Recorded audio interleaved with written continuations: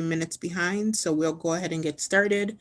So actually calling the meeting to order now, and first order of business on the agenda would be the minutes from the last meeting.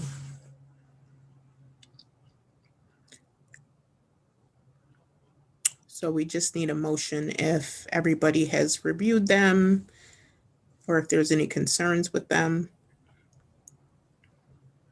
I motion to accept the minutes as they are. Okay, thank you, Ida. Can we have a second? Okay, and Drora, second. All in favor?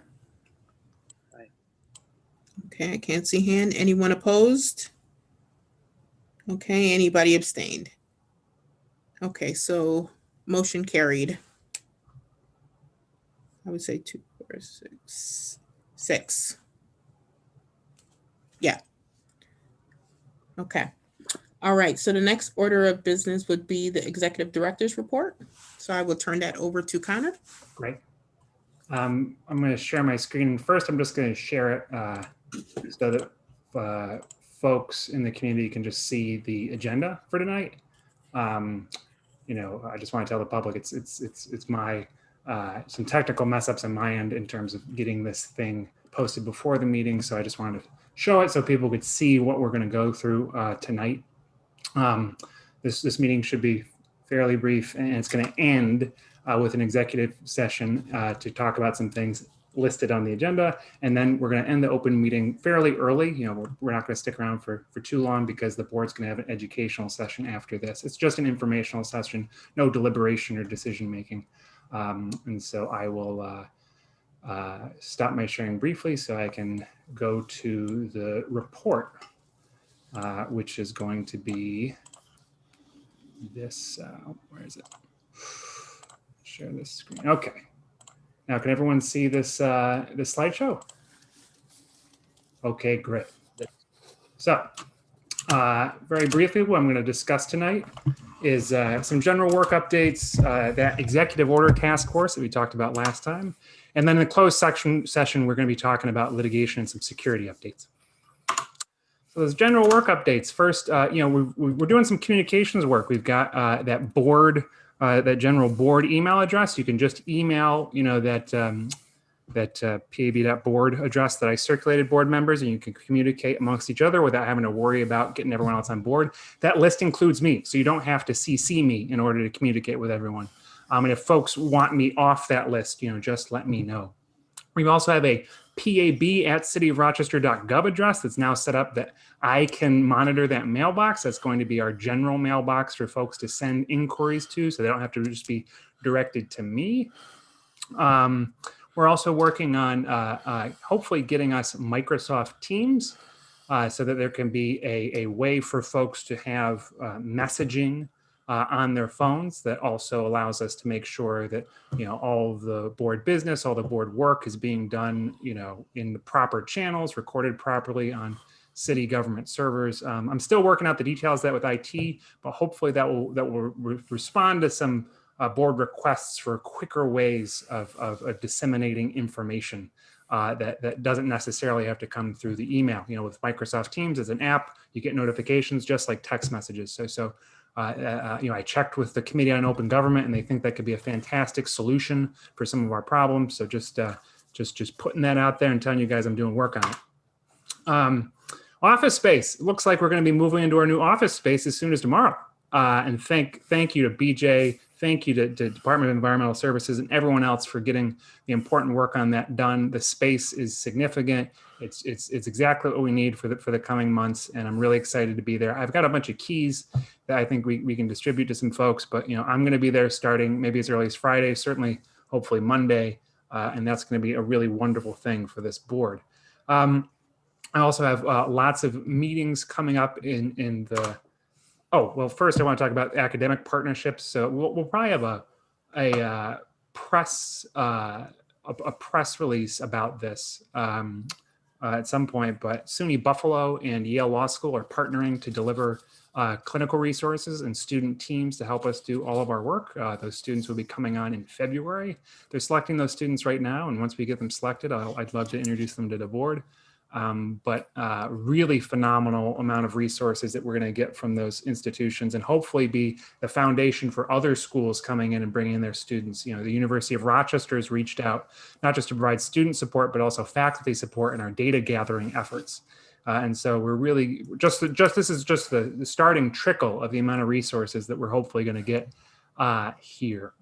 And just generally also, you know, having some meetings in line with my confirmation hearings, meeting with some city council members to discuss my plans for my work.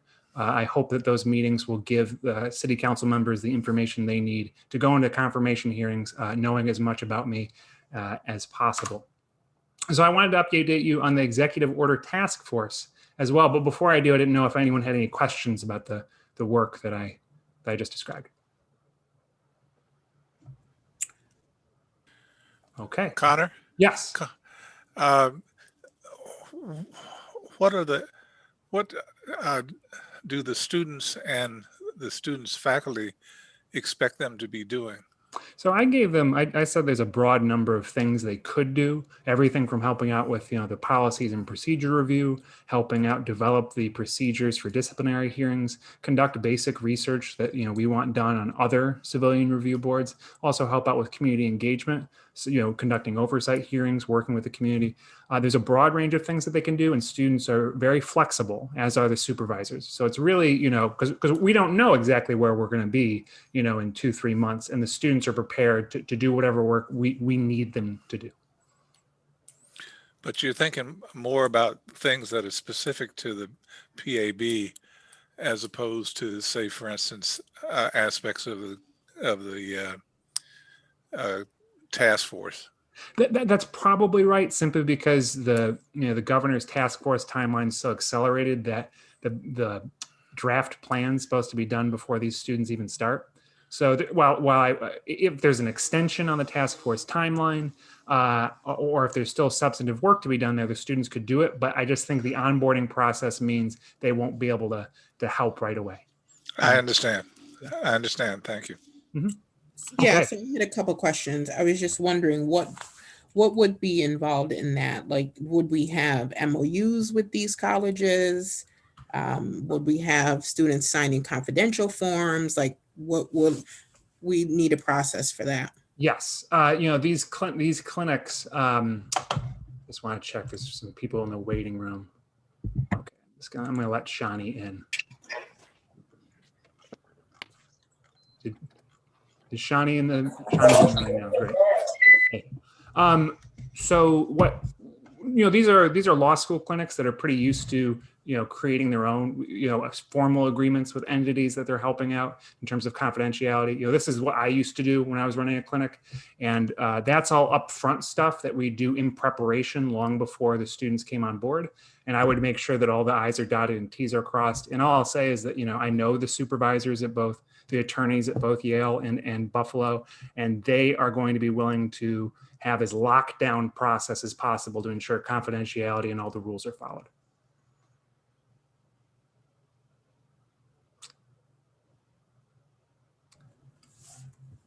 And did you speak to the memorandum of understanding? Would that be a part of that? Yeah. As well, or okay. There'd be some kind of formal arrangement between us that says what they can, what they can't do, who's responsible for what. That would all, I would want that in writing, and I would share that with the board and probably with the public as well.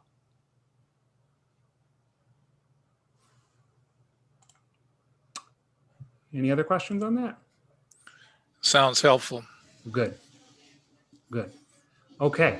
So to the executive order task force work. So Chair Wilson and I attended a meeting on Tuesday where Mayor Warren did a really give us a great opportunity to ask a bunch of questions of Willmer Hale. And I want to go over, you know, kind of what those questions were, how that conversation went. But again, you know, just to thank the mayor and BJ for both taking notes, both the mayor and BJ, where we're double tasking in that meeting. And so just thanks everyone for participating and getting the work done there. So the key points that I want to remind folks is, you know, this task force is led by the mayor. You know, the executive order requires her to convene this and every other local government executive to do the same across the state. There's 13 key questions that members of the task force will be answering. It's, race, RPD, UCLM, and the PAB. And we're going to have those things answered by January.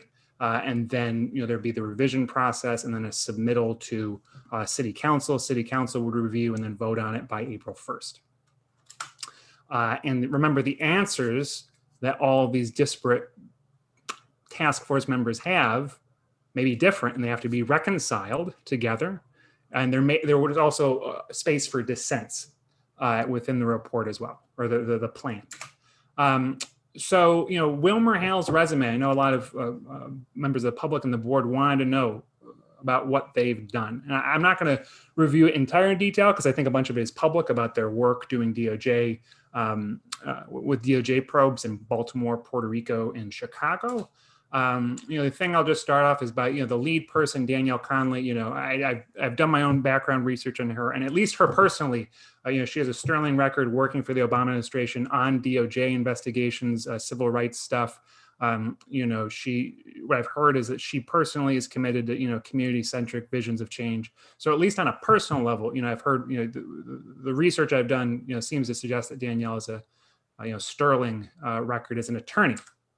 And as a firm, they do have deep experience, at least reviewing policies and procedures, doing the kind of data gathering and analysis that is at the heart of most of these DOJ investigations, right? Reviewing the policies in the context of a push for change and reform. So they do have experience there. The firm has a little bit of no experience as a firm with community engagement, and that's part of what I believe they've publicly asked, is that they need, to work through this process, they need help doing community engagement because they don't have experience with it, not in Chicago, not in Baltimore, not in Puerto Rico.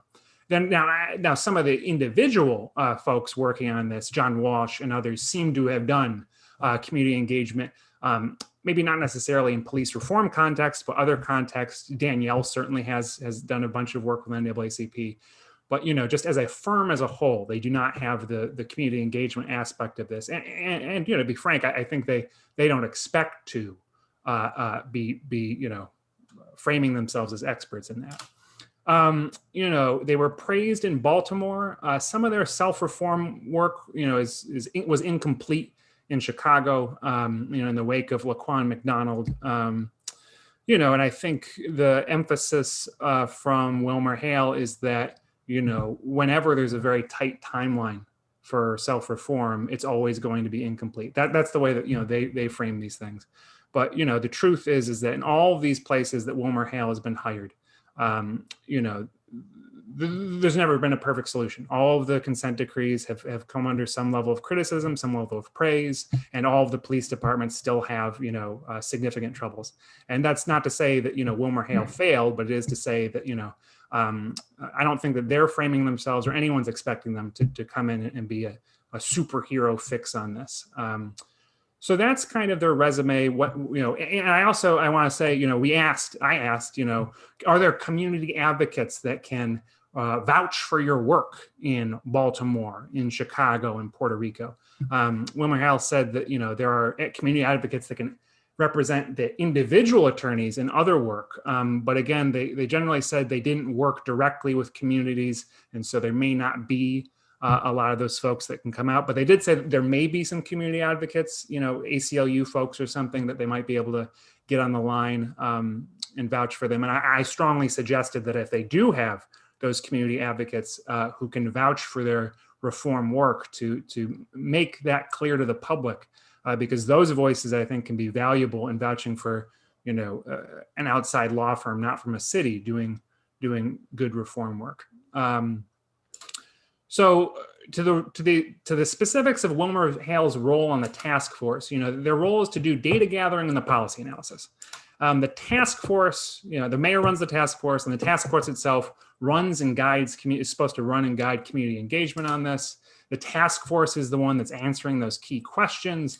And then Willmer Hale is supposed to sift through the various answers and help the task force reconcile those answers, package them up into something neat. And then it's the task force itself that finalizes the recommendations that go into the plan. so in summary, Willmer Hale would have a limited, somewhat ambiguous role. It's not entirely clear what the sifting would look like. But, it is clear that, at least in theory, the task force members would be in control of this. And Willmer Hale has not been hired yet, but regardless of whether or not they get hired, the work's going to continue. The task force work has to happen. The mayor has to, convene this. The mayor has to submit a plan. City council has to review the plan. And so that's, kind of my summary on the executive order work, and happy to answer any questions about that meeting. Chair Wilson was also there with me. So happy to discuss. So I may have missed this. I may have missed this conversation. Are we considering Willmer Hale as the firm that will represent us? No, so it's what's the Willmer Hale? So right now, the task force is being run by the mayor, and so the city council would have to hire the Willmer Hale to help the task force. So they wouldn't be representing us. They would have and I don't know the details of the contract, but I assume that it would be, them in a partnership with the city, or, the mayor's office, or I don't know what the formal arrangement would be, but they would be working for the task force. And the question is, if we're on the task force, we would be guiding their work. I think that's the arrangement.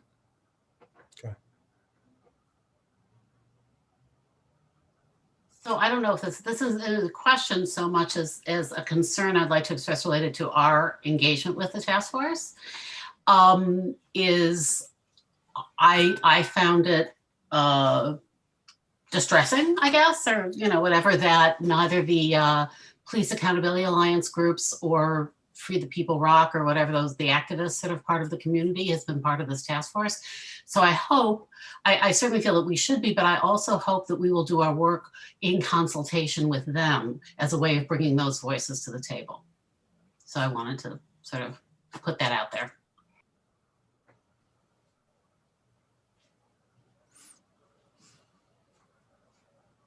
And I know there was a mention of a recommendation period, but those recommendations will only be, there will only be input from the groups on the task force. There won't be like any public opinion or public comments. So there is a public comment period.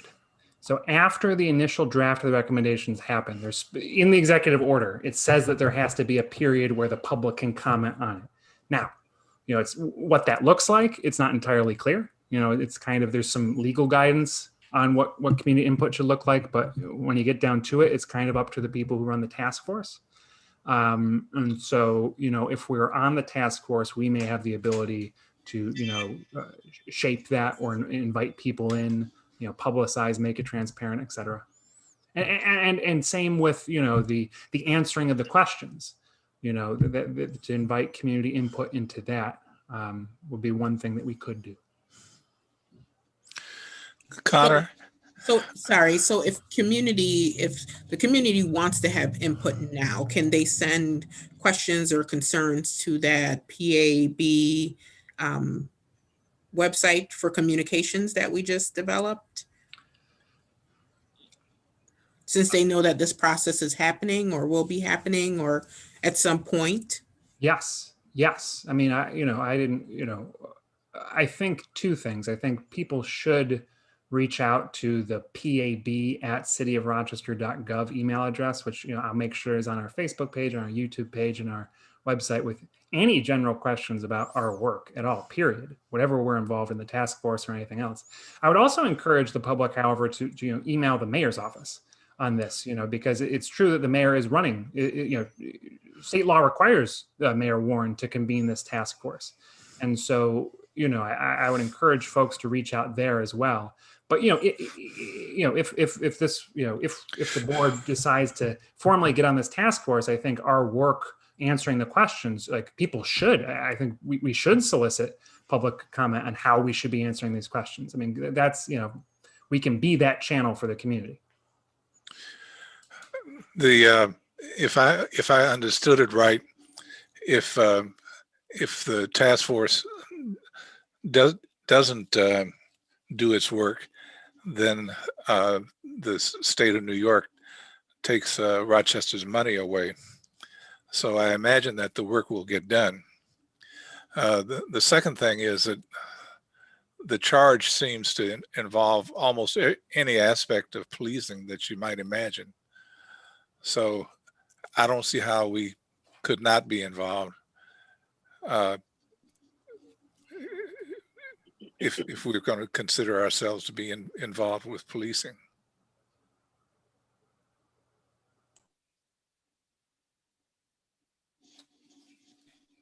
Regarding Willmer Hale, I know that I've heard many different things in the media about where the funding will come for this. Was there anything said on Tuesday about that? Yes, the money will come from forfeiture. Yes, it'll be money that can't be used anywhere else, etc. Like, there's a big concern about hiring Willmer Hale in the first place. Was the resources involved? The last I heard was that it was the forfeiture funds. I know that City Council is digging deep into where that funding will come from.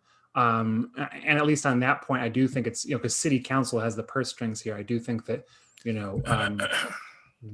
we should reach out to City Council, or I expect City Council will be pretty transparent about that once the work group starts getting on it. So I would imagine well before we know if Willmer Hale's hired, we'll know where the money's coming from. And I'm happy to follow up about that.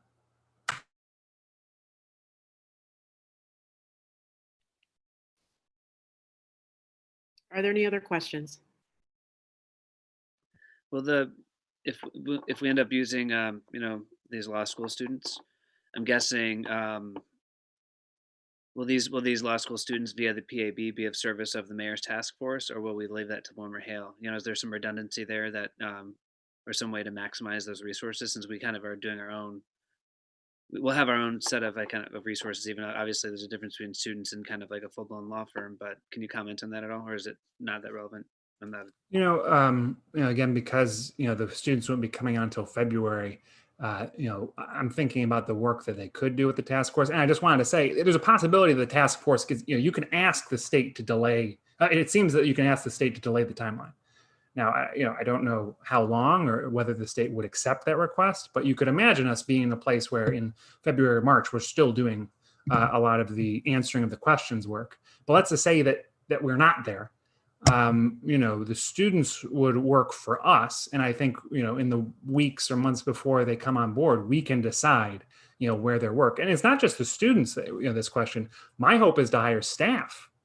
My hope is to hire staff, right after confirmation is to hire staff. Right. And I want to make sure that our staff work both, gets as much out of this task force as we can, while also allowing the PAB to do its other important work. Because it's, we are the mechanism. The city charter says we're the mechanism, not the mechanism for reviewing and assessing RPD policy. And so, we can do that inside this task force. We can do outside this task force, however we want to do it. But briefly to your answer to your question, Reverend, just we'll use the students however we need to. The task force will not directly control the students. Do we know how many students we might be looking at or talking about? Right now, it's somewhere between 4 and 6. We have 2 attorneys, one at Yale, one at SUNY Buffalo. There may be other students coming on board from University of Rochester. I'm not sure they'd be in the same supervisory section. To Dr. McIntosh's question, we probably have a separate memorandum of agreement, given that they're not law students. But I would imagine the law students probably 4 to 6 for the spring semester, which runs from the beginning of February to the end of May. And then the hope is to have students also come on board in the summer and kind of grow this into something pretty significant, where we involve even more regional law schools like Syracuse and Cornell and have something pretty sustained and significant. Yeah. Okay.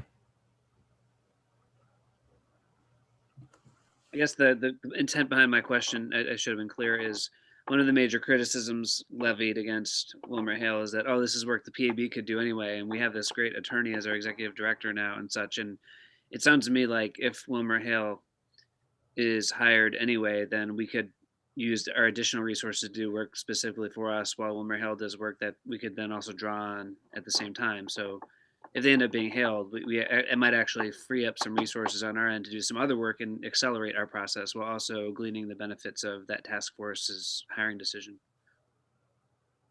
Is that a correct assessment? I think that's definitely one valid perspective on it. That we could, that hiring Willmer Hale could free up resources on this. Mhm.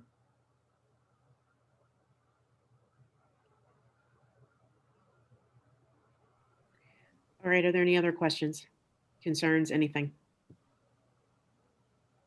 No? Okay. All right, so I know the next order of business was to call a vote on whether or not we were, going to join the task force. So the PAB officially joins the task force. So if there are no other objections, I'm going to just go ahead and start calling roll to get your vote. Okay, so I'm gonna go ahead and say Daniel Tucker, PABA seat 1. Do you need us to unmute or just raise our hand? Can you just say yes? Yes. Thank you. All right. PABA seat 4, Dr. Celia McIntosh. Yes. City Council East, Dr. Harrison. Yes. Council Northeast, Ida Perez. Yeah. Council Northwest, Rabbi Dror Settle. Yes. Council South, Reverend Matthew Nikoloff. Yes. Mayoral, Dr. Ricky Harvey. Yes. Okay. All right. And I also vote yes as well. So that is unanimous. Okay. All right. Cool. All right. All right. So then I know we wanted to go ahead and discuss some things in executive session. So I'm going to put the motion on the floor. Just as a reminder, we also need the reason. Oh, we are going to go ahead and discuss Pending litigation. pending litigation against the board and also some security updates. Okay. DJ? Okay. That has to be voted on? Yep, so we're waiting for a motion. Oh. Okay. I said I would. Yep. Thank you. Seconded. Second. Okay. And then all in favor going to executive session? Okay.